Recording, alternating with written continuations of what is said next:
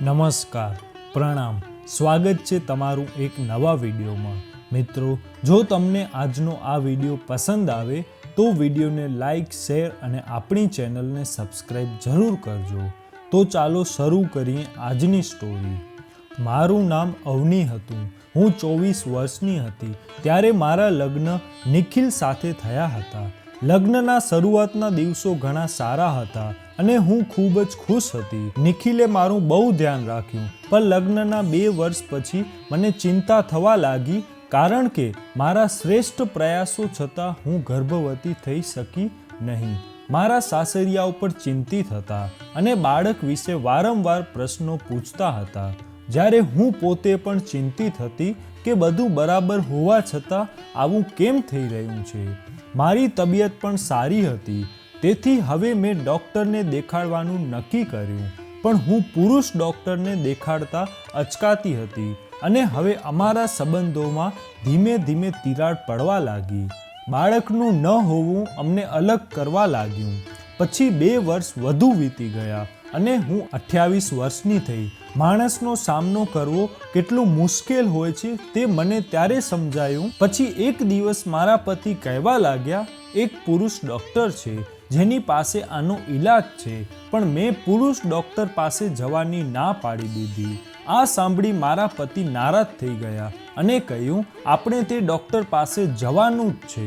બીજા દિવસે મારી એક મિત્ર આવી અને મારી સાસુને કહ્યું, આંટીજી, તમે અવનીને ઘણા ડૉક્ટરો પાસે લઈ ગયા, છતાં પણ તેને સંતાન નથી થયું। તે આ દિવસોમાં ખૂબ જ ઉદાસ છે। તમે તેને એક બાબાજી પાસે લઈ જાઓ। મારા સંબંધીઓ છે જેમને લગ્નના 7 વર્ષ પછી પણ સંતાન ન થયું, તો તે બાબાજી પાસે ગયા અને પછી તેને એક બાળકને જન્મ આપ્યો અને અવનીના લગ્નને તો માત્ર 4 જ વર્ષ થયા છે। તેની વાત સાંભળ્યા પછી મારી સાસુના દિલમાં આશા જાગી। તેણે મારા માથા પર હાથ મૂકી મને આશીર્વાદ આપ્યા અને મેં પણ વિચાર્યું કે મેં બધું જ અજમાવી લીધું છે, ચાલો આ પણ અજમાવીએ। મારા સાસુએ મારા પતિને પણ સમજાવી દીધા। મિત્રની સલાહથી મને થોડી રાહત થઈ, કારણ કે તેનો અર્થ એ હતો કે મારે હવે પુરુષ ડૉક્ટરો પાસે જવાની જરૂર નથી। પણ મને શું ખબર હતી કે મારી સાથે શું થવાનું છે। મારા મગજમાં તો હતું, એક બાબા હશે જે મંત્ર જાપ કરશે અથવા કોઈ તાવીજ આપશે। તે દિવસે લાંબા સમય સુધી રાહ જોયા પછી 6 ફૂટના મજબૂત શરીરવાળા ઊંચા પહોળા એક બાબાના રૂમમાં લઈ જવામાં આવ્યા, જેને બાબા કહેવું પણ મૂર્ખતા હતી, પણ હું ચૂપ રહી। તેણે સફેદ કપડાં પહેર્યા હતા અને તેની બોલવાની રીતભાત પણ કંઈક અલગ દેખાઈ રહી હતી। અમે નીચે જમીન પર તેની સામે બેઠા। મારી સાસુએ તેને અમારો મુદ્દો કહેવાનું શરૂ કર્યું। બાબાજીએ લગાવ સાથે અમારી વાત સાંભળવાનું શરૂ કર્યું। તે રૂમમાં અમારા સિવાય બીજા 2 માણસ પણ હતા જે કદાચ તેના ભક્ત હતા, જેમાંથી એક મારી સાસુની વાત ડાયરીમાં લખી રહ્યા હતા। પછી બાબાજીએ કહેવાનું શરૂ કર્યું, માજી, મને સારું લાગ્યું કે તમે તમારી વહુને મારી પાસે લાવ્યા। હું એક વાત કહું છું કે હું જાદુ નથી કરતો, પણ જો તમારી વહુ મારી પાસેથી દવા લેશે અને હું કહું તેમ કરશે તો તે અહીંથી ખાલી હાથ નહીં જાય। હું યકીનથી કહું છું કે જો બધું યોગ્ય રીતે કરવામાં આવે તો તમારી પુત્રવધૂને 1 વર્ષમાં ચોક્કસપણે બાળક થશે। તેણે કહ્યું, માજી, જો સમસ્યા મુશ્કેલ છે તો તે સમસ્યાઓનો માર્ગ પણ મુશ્કેલ રહેશે, પરંતુ જો તમારી પુત્રવધૂ આ માર્ગને અનુસરવા તૈયાર છે તો તમને ચોક્કસપણે પરિણામ મળશે। એક વાત ધ્યાનમાં રાખો કે જે પણ સૂચનાઓ અહીં આપવામાં આવે છે તેનો સંપૂર્ણ વિશ્વાસ અને કોઈના શક વિના પાલન કરવાનું હોય છે, તો જ તમને અપેક્ષિત પરિણામ મળશે। બાબાજીના શબ્દોથી હું ખૂબ શરમ અનુભવવા લાગી કે હું તરત જ તેની સારવાર માટે તૈયાર થઈ ગઈ। મારા સાસુએ પણ હાથ જોડીને સંમતિ આપી। બાબાજીએ કહ્યું, માજી, ઈલાજની શરૂઆત કરતા પહેલા હું તમને મારી કેટલીક વાતો કહેવા માંગુ છું। હું મારા ભક્તોને દગો આપતો નથી। સારવાર 3 તબક્કામાં થશે। પ્રથમ ઔષધીય, પછી વનસ્પતિઓ સાથે અને અંતે અમલ સાથે। આ અમલ પૂર્ણ ચંદ્રની રાત્રિથી શરૂ થાય છે અને 5 દિવસ સુધી ચાલશે। આ દિવસોમાં જડીબુટીઓથી અને વનસ્પતિઓથી કામ શરૂ થશે અને જો મને લાગે કે આટલું પૂરતું છે તો તમારી વહુ છઠ્ઠા દિવસે અહીંથી નીકળી શકે છે. પરંતુ જો વધુ સારવારની જરૂર હોય તો વધુ 2 દિવસ રાહ જોવી પડશે. અહીં રોકાણ દરમિયાન તમારી પુત્રવધૂને અહીંના નિયમોનું પાલન કરવું ખૂબ જરૂરી છે. બાબાજીના શબ્દો હું ખૂબ ધ્યાનથી સાંભળી રહી હતી. તેણે કહ્યું, દીકરી, તું સંજુ સાથે એક રૂમમાં જા. સંજુ તેના સેવકનું નામ હતું અને કહ્યું, જે આ પૂછે તેનો જવાબ આપજો. બાબાજીએ કહ્યું, માજી, તમારે કંઈ બીજું પૂછવું હોય તો પૂછી શકો છો. અને હું સંજુ સાથે ચાલવા લાગી.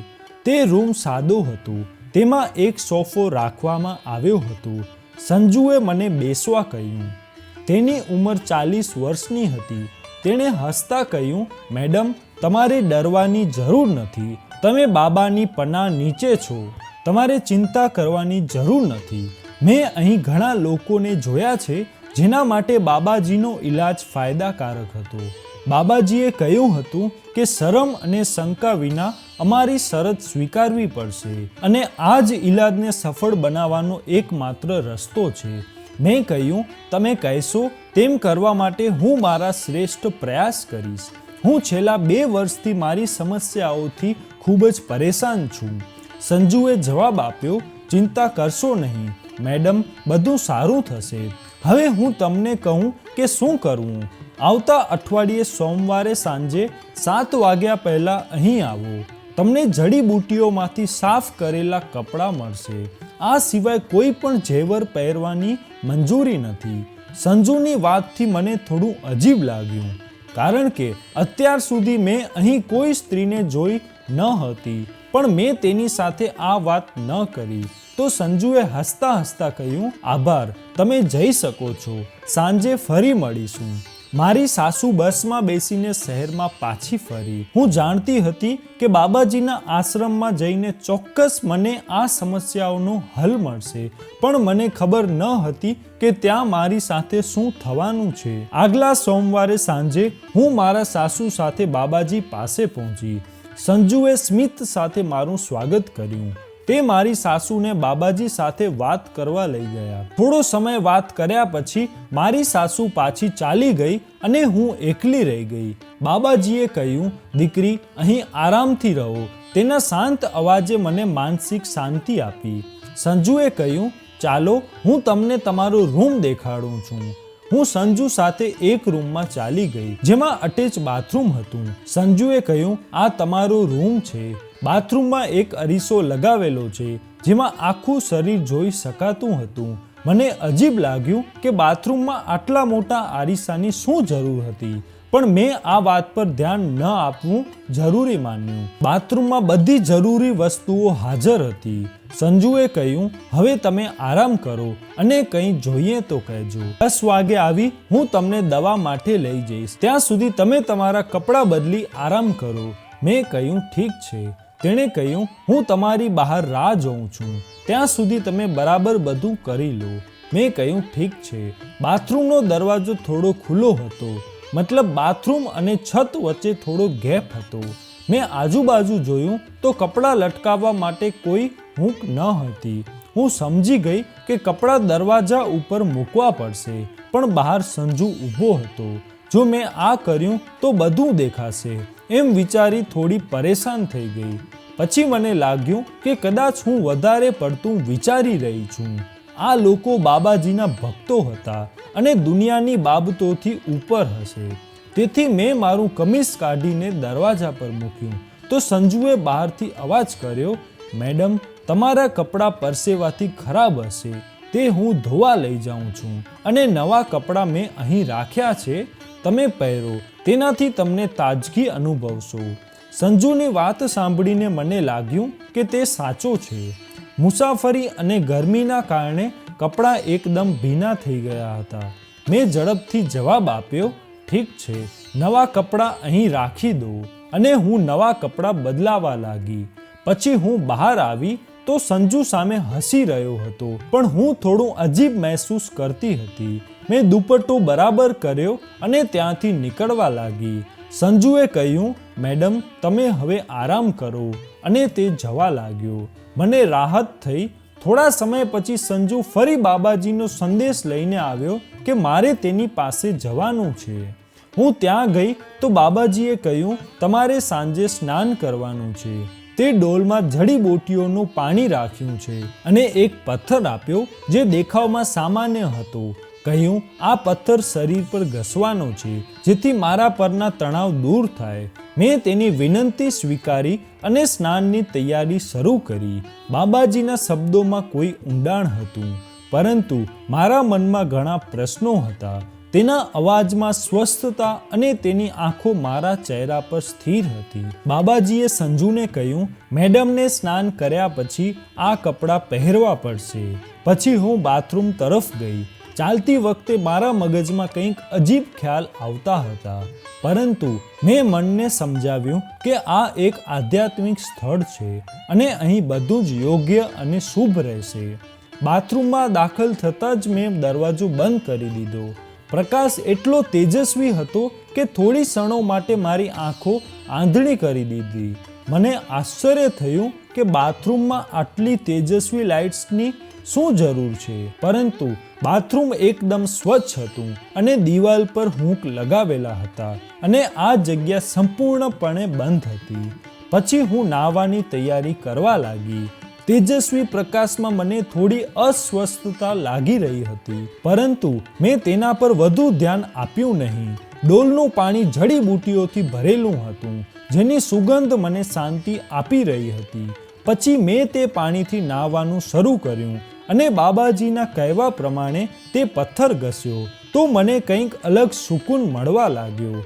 પછી હું નાહીને બહાર આવી અને કપડાં બદલી બાબા પાસે ગઈ. તેણે પૂછ્યું, જેમ કહ્યું તેમ કર્યું? મેં કહ્યું, હા બાબાજી. તેણે કહ્યું, તો હવે અહીં આવી બેસો અને ભગવાનને પ્રાર્થના કરો. મેં હાથ જોડી આંખ બંધ કરી અને પ્રાર્થના કરી. પછી બાબાજીએ કહ્યું, આવતીકાલે સવારે 7 વાગે હું તમને ફરી મળીશ અને તમને આગળનો રસ્તો જણાવીશ. હવે તમે તમારા રૂમમાં જઈ શકો છો. સંજુએ કહ્યું, મેડમ હું તમને કાલે સવારે 6:30 વાગે લેવા આવીશ અને તમને જરૂરી કપડાં આપીશ. તમને થોડી વારમાં ભોજન આપવામાં આવશે. પછી હું રૂમમાં આવી થોડી વાર આરામ કર્યો. પછી દરવાજા પર ટકોરા પડ્યા. સંજુ મારા માટે ભોજન લાવ્યો હતો. હું રાત્રિ ભોજન કર્યા પછી તરત જ સૂઈ ગઈ. બીજા દિવસે સંજુ મારી પાસે આવ્યો અને મને કહેવા લાગ્યો, તમે કેમ છો અને તમારી તબિયત કેવી છે? મેં હસીને કહ્યું, હું એકદમ ઠીક છું. પછી સંજુ કહેવા લાગ્યો, બાબાજીની દવાની કોઈ અસર થાય છે કે નહીં? આ સાંભળીને મેં કહ્યું, મને ઘણો ફરક લાગે છે, પરંતુ આવા ખુલ્લા બાથરૂમમાં સ્નાન કરવું ખૂબ જ વિચિત્ર લાગે છે. આ સાંભળીને સંજુએ કહ્યું, બાબાજીના અમલથી તમારા જીવનની તમામ પરેશાની દૂર થઈ જશે, પરંતુ તેના માટે તમારે થોડી પરેશાની ભોગવવી પડશે. સંજુના સ્મિત અને શબ્દો પરથી એવું લાગતું હતું કે જાણે તેને ખબર હતી કે હું આ જગ્યાએ ફસી ગઈ છું અને મારી જિંદગી એક નવો વળાંક લેવાની છે. પણ મેં તેની વાતને બહુ ગંભીરતાથી લીધી નહીં અને હળવા સ્મિત સાથે માથું હલાવ્યું. તેમ છતાં મને શંકા હતી. બીજા દિવસે બાબાજીએ મને બોલાવીને કહ્યું કે મારા આત્માની શાંતિ માટે સ્નાન કરવું ખૂબ જરૂરી છે. તેણે કહ્યું, ડોલમાં જડીબુટ્ટીવાળું પાણી રાખ્યું છે અને બીજો પથ્થર આપ્યો જે ઘસવાનો હતો. હું નાહવા ચાલી ગઈ. કાલ જેમ આજે પણ મારું હૃદય ડરી રહ્યું હતું, પણ હું બાથરૂમમાં ચાલી ગઈ. ત્યાં આજે પણ એવી જ રોશની હતી. તે રોશની જોઈ મને અજીબ શક થયો, પણ મેં તેના પર વધુ ધ્યાન ન આપ્યું અને નાહવા લાગી અને તે પથ્થર ઘસવા લાગી. ત્યારે અચાનક તે પથ્થર મારા હાથમાંથી સરકીને બાથરૂમના અરીસા સામે પટકાઈ ગયો. આ જોઈ મારો જીવ નીકળી ગયો, કારણ કે ત્યાં એક ગુપ્ત કેમેરો લગાવવામાં આવ્યો હતો. તેઓ ગુપ્ત રીતે મારો વિડીયો બનાવી રહ્યા હતા. મારું આખું શરીર ધ્રુજવા લાગ્યું. હું ઝડપથી મારા કપડાં પહેરીને બહાર આવી. સંજુ મને રોકતો રહ્યો, પણ મેં સાંભળ્યું નહીં. પછી હું મારા રૂમમાં આવીને સૂઈ ગઈ. જ્યારે અંધારું પડ્યું ત્યારે મેં મારી બેગ તૈયાર કરી લીધી હતી. તેથી જ જ્યારે બધા જમવા ગયા ત્યારે હું ચૂપચાપ નીકળીને મારા ઘરે પહોંચી અને સાસુ અને પતિને સમગ્ર વાત જણાવી. મારા પતિ જે મુશ્કેલીથી આ માન્યા હતા અને કહ્યું તે આ બાબાને હવે જીવતા નહીં છોડે, બસ મને તેના ખિલાફ સબૂત મળી જાય. આ સાંભળી મેં તેને ગુપ્ત કેમેરો આપ્યો જે બાથરૂમમાંથી કાઢીને મારા કપડામાં છુપાવ્યો હતો. તે જ દિવસે અમે તમામ સબૂત પોલીસને સોંપી દીધા. પોલીસે બાબા અને તેની આખી ટીમને પકડી લીધી કારણ કે ઈલાજના નામે તેઓ બળજબરીથી મહિલાઓના સન્માનનું ઉલ્લંઘન કરી રહ્યા હતા. તેઓ માત્ર તેને લૂંટતા જ ન હતા પરંતુ તેનો વિડીયો બનાવીને તેને અને તેના પરિવારના સભ્યોને બ્લેકમેલ કરતા હતા. આ ઘટના પછી થોડા સમય હું વિચારતી રહી કે કેવી રીતે મેં મારી પરિસ્થિતિને મેનેજ કરી અને કેવી રીતે મેં મારી જાતને મોટી મુશ્કેલીમાં ફસાવાથી બચાવી. પછી મેં મારી સાસુને કહ્યું મારે યાત્રા પર જવું છે. તેણે કહ્યું અમારી પાસે એટલા પૈસા નથી, પણ મેં મારા ઘરેણાં વેચી દીધા અને યાત્રા પર ચાલી ગઈ. હું ત્યાં ખૂબ રડી અને યાત્રાથી પાછી આવી અને થોડા અઠવાડિયા પછી ખબર પડી કે હું માં બનવાની છું. ભગવાને મારી પ્રાર્થના સ્વીકારી લીધી હતી અને ત્યારે મને થયું કે આપણે કેટલા મૂર્ખ છીએ જે ભગવાનને મૂકી બાબાઓ પર વિશ્વાસ કરીએ છીએ. આજે હું 3 બાળકોની માતા છું અને મારા જીવનમાં ઘણી ખુશી છે. હું આ વાત તે મહિલાઓ માટે સબક છે જે ઓલાદ ન થવાથી માયુસ થઈ રહી છે. તો મિત્રો, આજનો આ વિડીયો તમને કેવો લાગ્યો કોમેન્ટમાં જરૂર કહેજો અને જો વિડીયો પસંદ આવ્યો હોય તો વિડીયોને લાઈક, શેર અને આપણી ચેનલને સબસ્ક્રાઈબ જરૂર કરજો. જય શ્રી કૃષ્ણ.